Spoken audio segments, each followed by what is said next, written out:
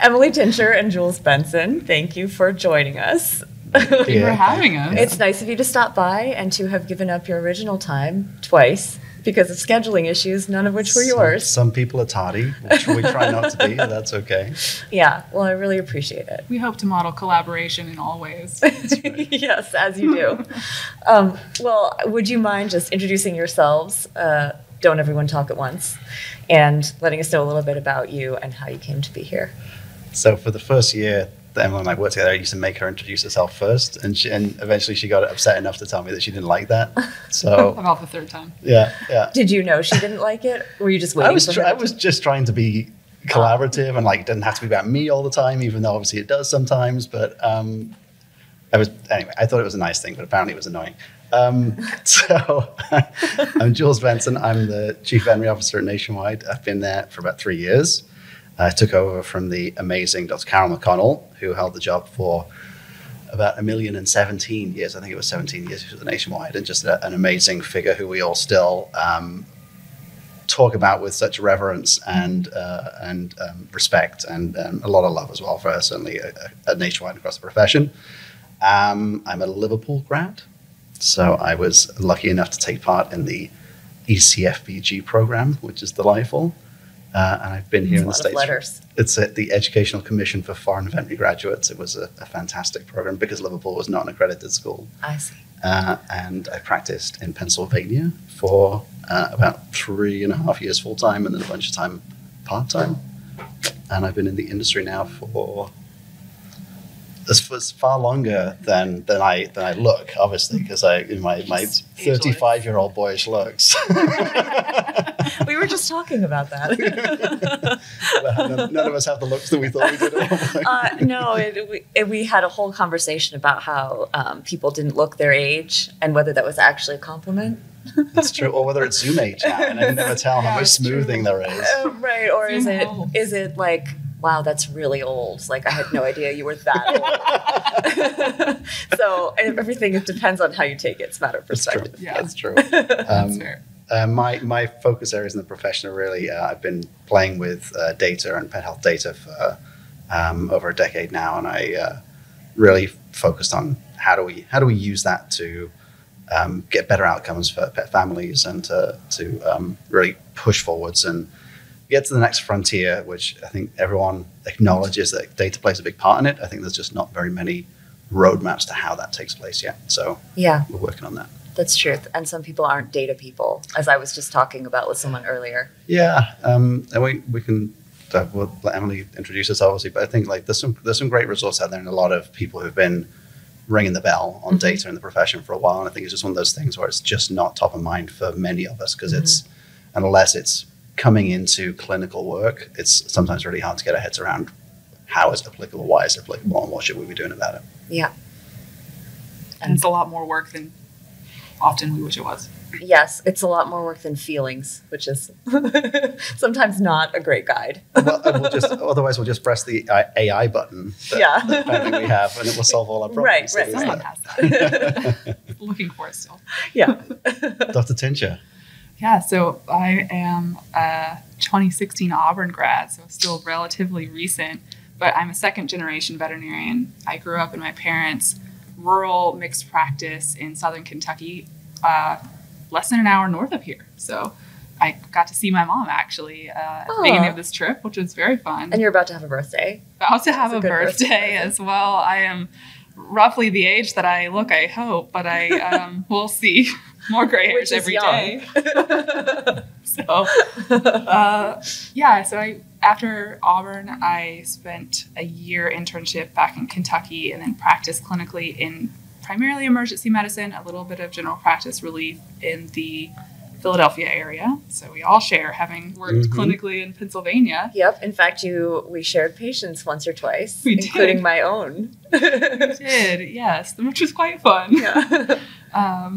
Yeah. So I have always had an interest in taking what I've learned at a local level and trying to solve problems at a more broad national or global scale. And that, for me, I love communications. I love education and working kind of collaboratively through partnerships, all towards how can we work together with pet families to meet their needs, not necessarily the needs that we have, which is it's what brought me to Nationwide as the director of vet relations, and it's what has me so interested in working constantly on a spectrum of care, is just trying to acknowledge that there's a huge part of pet healthcare and everything that we do that goes beyond the medicine. It's how do we communicate in a way that people feel like they're part of the team with us and that their needs are being met along the way.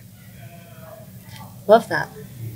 Okay, bye. I was so tempted to jump in about the grey hairs, but I waited until now. You just had to mention that you didn't have any. I mean, yeah. I don't know about those gray hairs. Like, I don't understand why they grow in so funny. Like, why are they so wiry when they grow in? They're very rude. Just like I wouldn't know anything about that. I mean, it's tough. Just guess.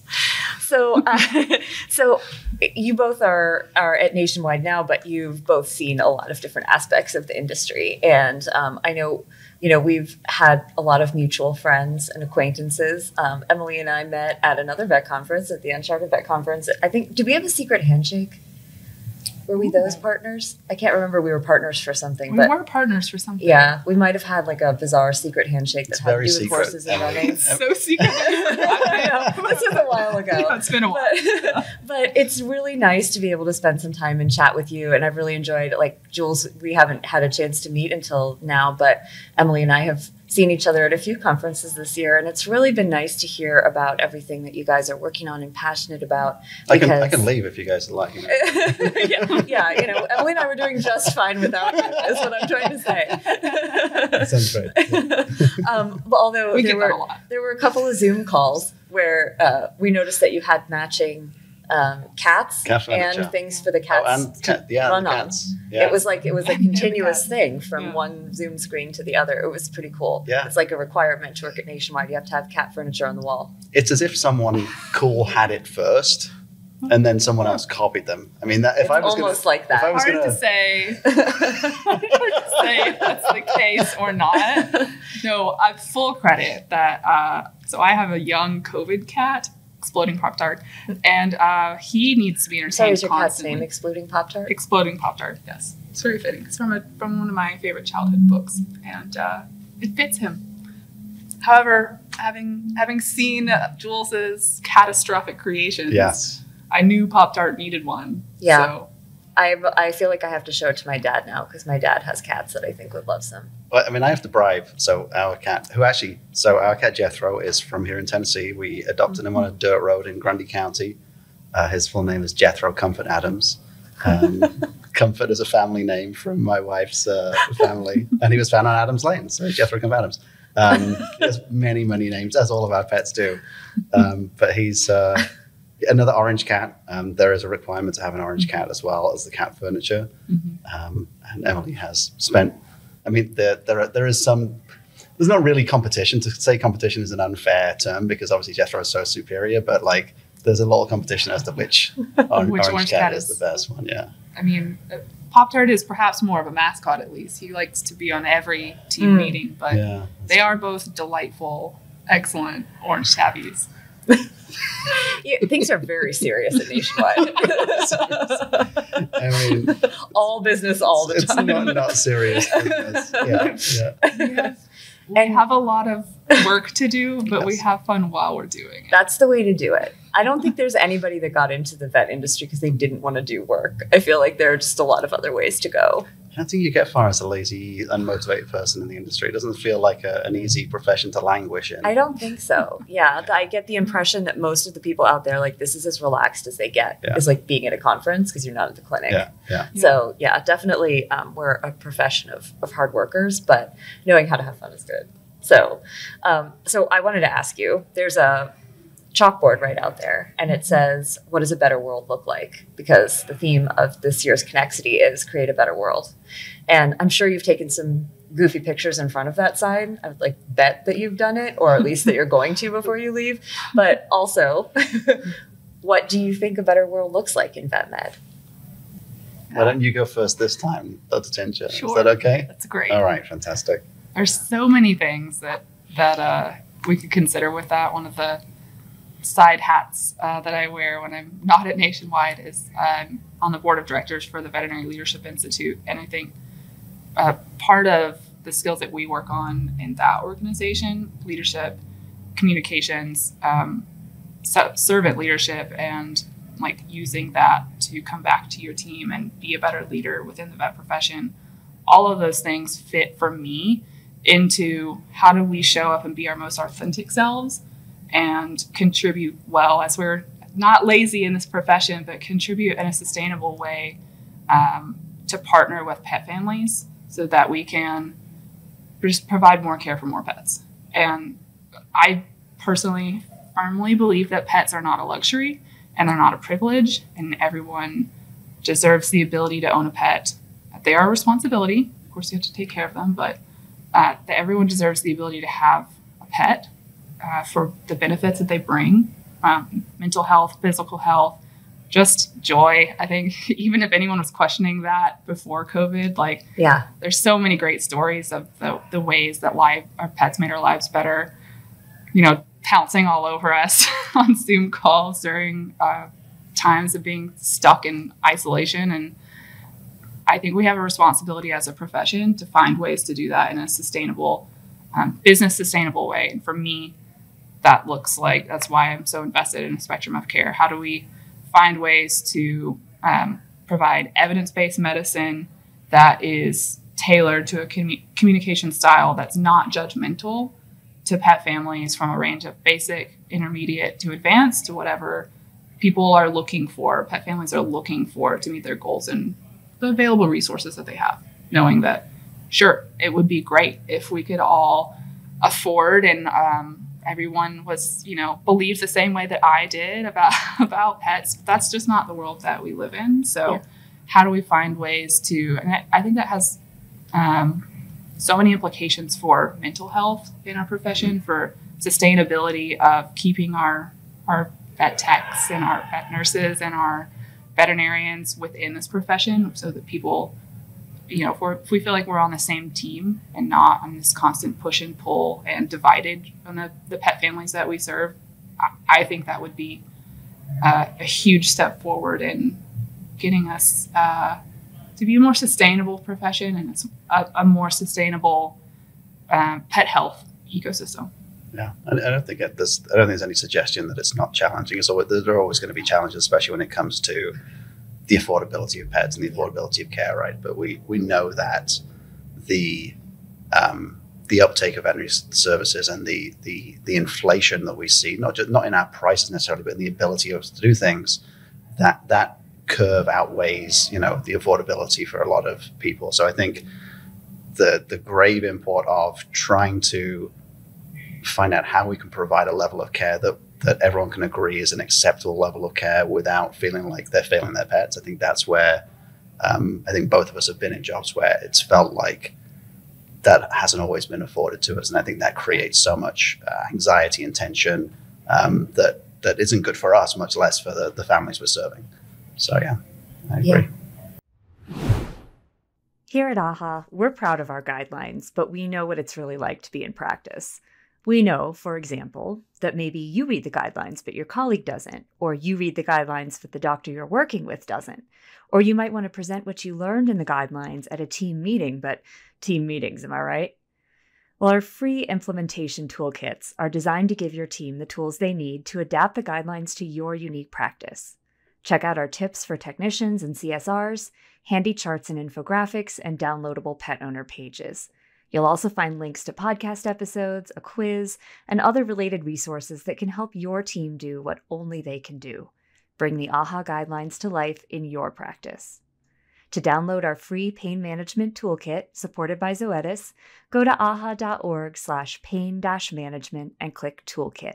And be on the lookout for canine vaccination, working dog, and senior care toolkits coming very soon. That's so true. And I'm thinking of 500 examples in my head right now where I didn't feel free to make choices that would have allowed me to provide some treatment within the limitations that I had. And one of them was my first job, where I really didn't have a lot of freedom, and I thought that was how it was going to be forever. And that was really devastating.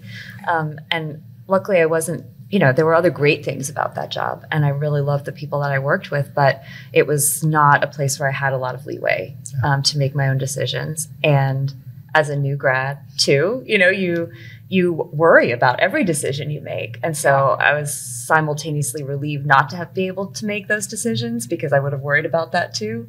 But we don't learn to be good vets unless we can work within the confines of that exam room, that pet, that family. And we've had some really good conversations, Emily, again, completely without Jules there. Yeah. Where we, just to be clear. where we talked about, the idea of talking about this to veterinarians in all stages of their career, and trying to pass on the message that this isn't subpar medicine, it's medicine. Yep. Yeah. And that's a cultural shift. It's a movement. Yeah, it really is. I think all stages of our veterinary career, we just launched our college program earlier this week for this semester, which is a 2-hour communications workshop on spectrum of care. And the first hour is just talking about listening, communication skills, and all of those things feed into how to collect an excellent history. That thing that allows us to get to 85% of the diagnosis is just the history. If someone would have just told me that in vet school, I would have been like, all this time that I'm spending as a student collecting histories and doing not the cool stuff that I really want to do, I would have thought maybe that was more important. So histories are really important. So we focus on those communication skills and listening and doing that within that framework of non-judgmental communication and providing the evidence-based medicine for them. And it's so incredible. I'm not sure where our biases begin and are kind of instilled into our brains that the most advanced care is always the best, most appropriate thing. Yeah. But they don't think that way. Yeah, they're so early in their career that the workshops we've done so far, they really get it. Like, they really get that meeting pet families where they are is where they need to begin with their conversations. And it's really cool. I'm excited to see how it goes the rest of the semester. That's awesome. And even challenging some of those norms about leading with the most advanced level of care recommendation. Like, I know that's the conventional wisdom at this point, but we just completed some research, which basically supports the observation that that's not what pet families are looking for most of the time. That while that may be, the most advanced care may get the in most cases the most favorable medical outcomes. We talk a lot about, Emily's designed the workshop around things like parvo and the Colorado State Protocol, and just the disparity between the outcomes between the highest level, the most advanced level of care, and a more moderate level of care. The outcomes are not massively different. And being able to provide that evidence-based approach to care and to be able to communicate appropriately with pet families around what are your choices here and how do you move forward. It's been really great to watch this come together. Yeah.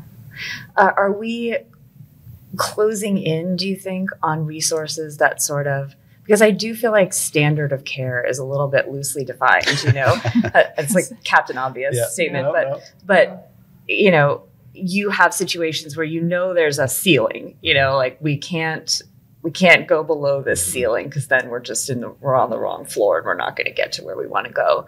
But that's kind of freeing to know that at least we know where that level is sometimes. Like, we know that this leg is broken, and if we can't do what we need to do surgically, then maybe amputation is the best bet.